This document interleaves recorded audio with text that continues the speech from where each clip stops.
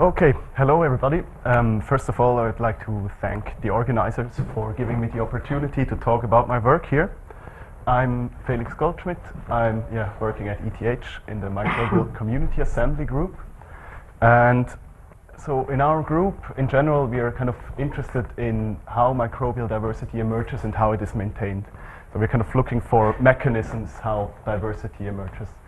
And also in another part of our group, we're looking at how diversity influences functioning of microbial communities.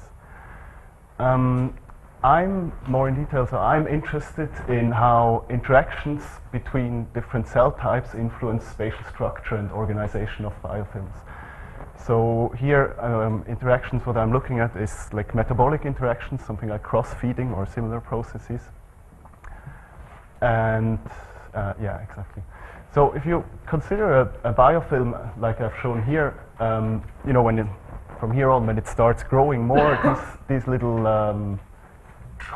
microcolonies here will start expanding, right?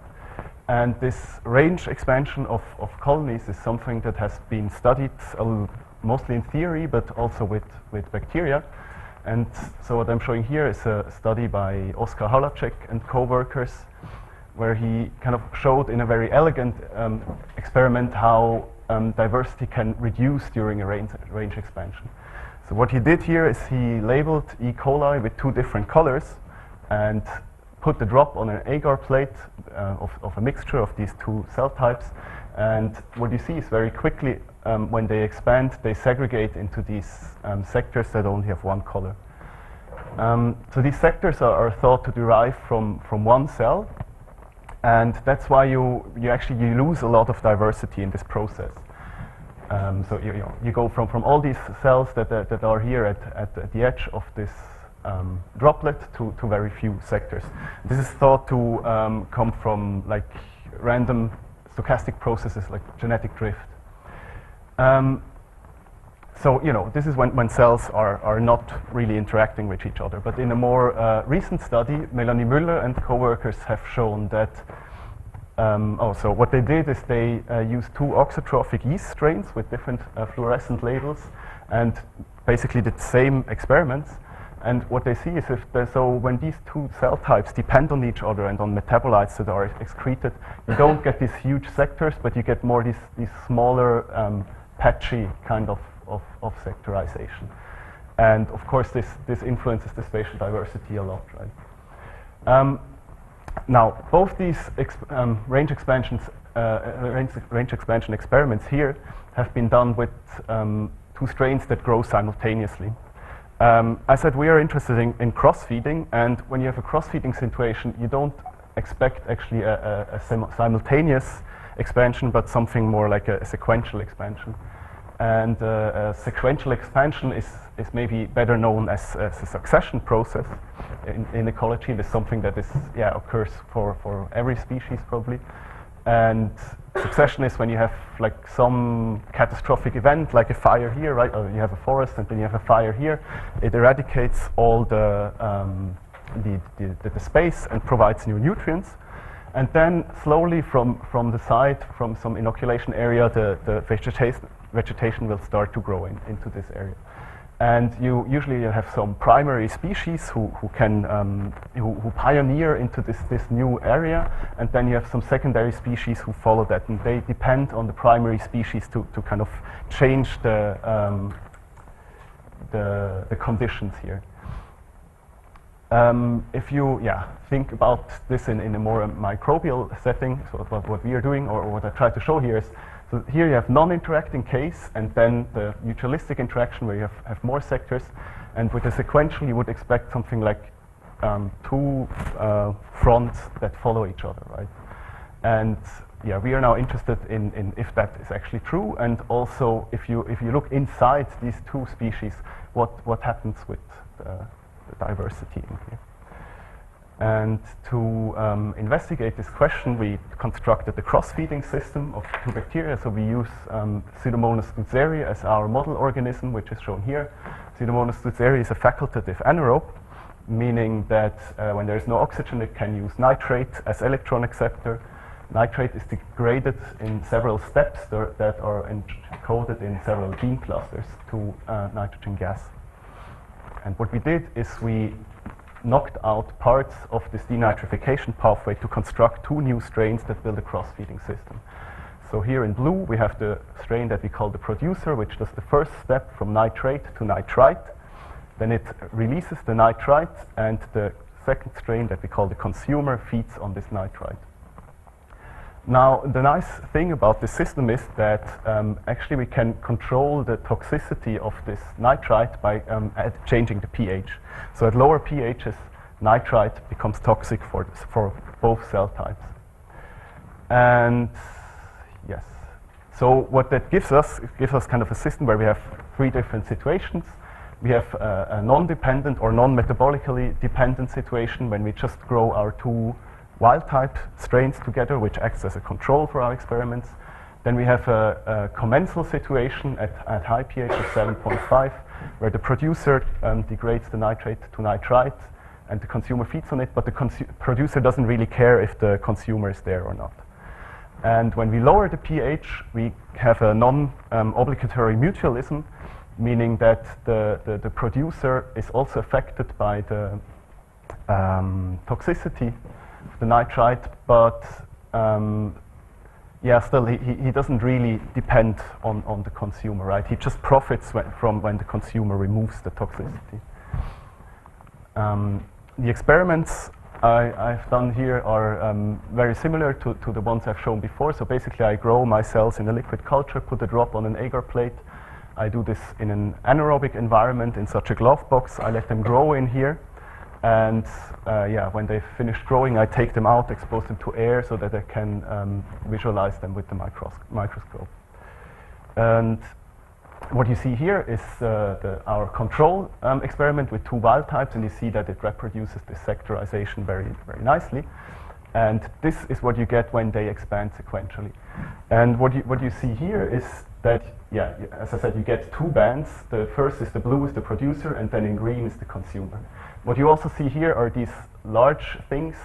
So they're most likely mutants, and I'm trying to find out what's actually going on here, but I don't have the time to talk about that today.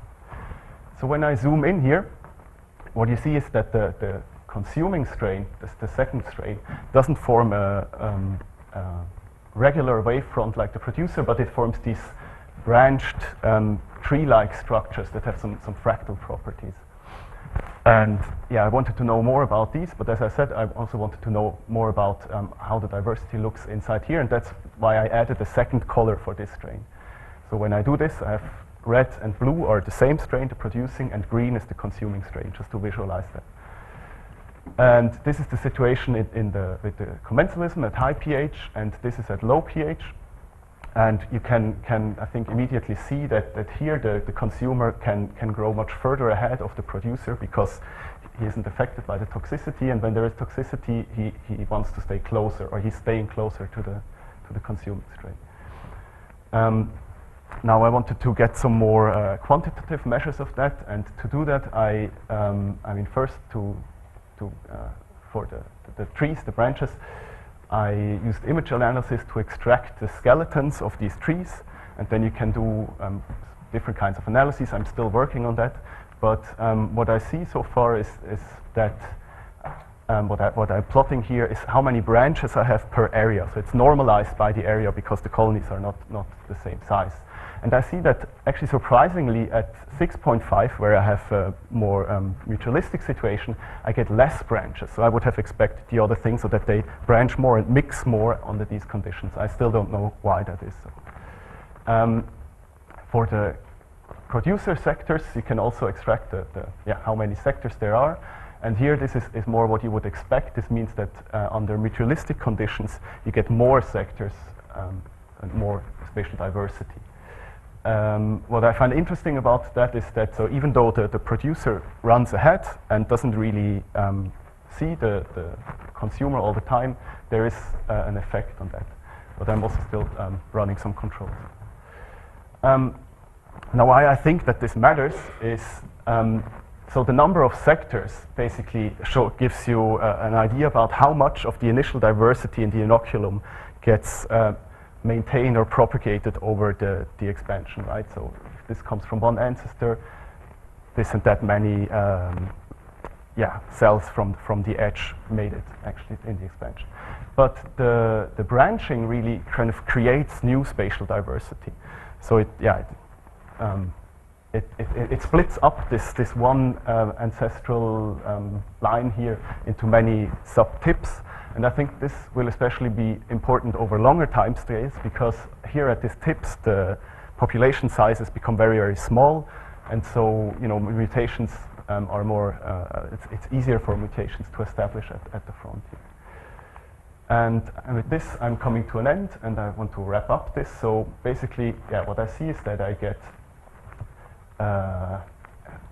that sequential range expansion promotes spatial diversity by branching mostly, but also by this the number of sectors. And here at commensal conditions, the promotion of new spatial diversity, the branching is more important, and here it looks as if the maintenance of the initial diversity is more important. And I would like to thank Martin Ackermann, who is the professor of our group, and my doctor father, and then David Johnson, who is my direct supervisor and the group leader, and then Roland Regers from the theoretical biology group at ETH, with whom I'm working on a model for all that. Thank you.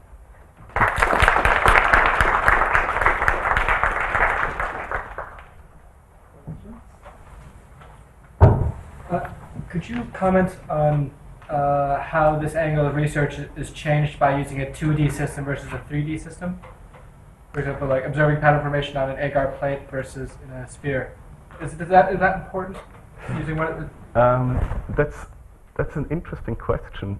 Okay, I don't really know how this would work in a sphere.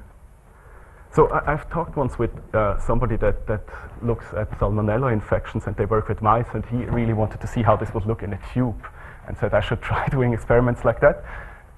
Well, I haven't really started because it's not so easy to make. I don't really know. Talk to me after. Mm-hmm. Two quick questions. First, how big are your colonies? And second, have you also got time snapshots of colonies? Yes. So the colonies, I think there was a scale bar somewhere in the beginning. So this is about 1 centimeter to 1.5 centimeters. So they're not extremely big. Snapshots, the problem is, so I can't do time-lapse microscopy because they're anaerobic, and you only see the fluorescent proteins once you expose them to air. And when I expose them to air, I mess up the system. But what I do is I just take out a couple of plates and measure them and throw them away, right? And what I see is that really in the beginning I nearly only see the producer growing, and you don't see a lot of the consumer. And then when he went on for a little bit, then the consumer comes later and starts branching. Yeah. Harris, and then for on one of your slides, I guess also over here, it looks like some of your consumers are also taking over. Yeah, exactly. Yeah. Yeah. Do you have any ideas of hypotheses for what that? Yeah. So I'm working on that actually at the moment. So I think these are there are some mutations in here. Because when I pick them and restreak them and repeat the experiment, actually I think I have a slide somewhere. It looks like this. So I'm really trying to figure out what's going on here, but I don't know. I sequenced them, but it's not ready today. Excuse me, how long your experiment takes, for example, for this one? These experiments, unfortunately it takes very long because they grow very slow anaerobically. So this is, it depends a bit what I want to see, but it's like 2 to 4 weeks. Do you know how many generations do you have in this? No, I don't, because this is very difficult to estimate, because I don't know how many, how many cells at the edge are actually reproducing, right? Or how big the I can perhaps throw in a last question. Mm-hmm. So the way you described it, that I don't remember if it was NO2 or whichever compound it was. Mm-hmm. You said it only inhibits the producer? No, both of them. It does inhibit both. Yeah. It's unspecific. Yeah. Any more questions? Let's thank you again.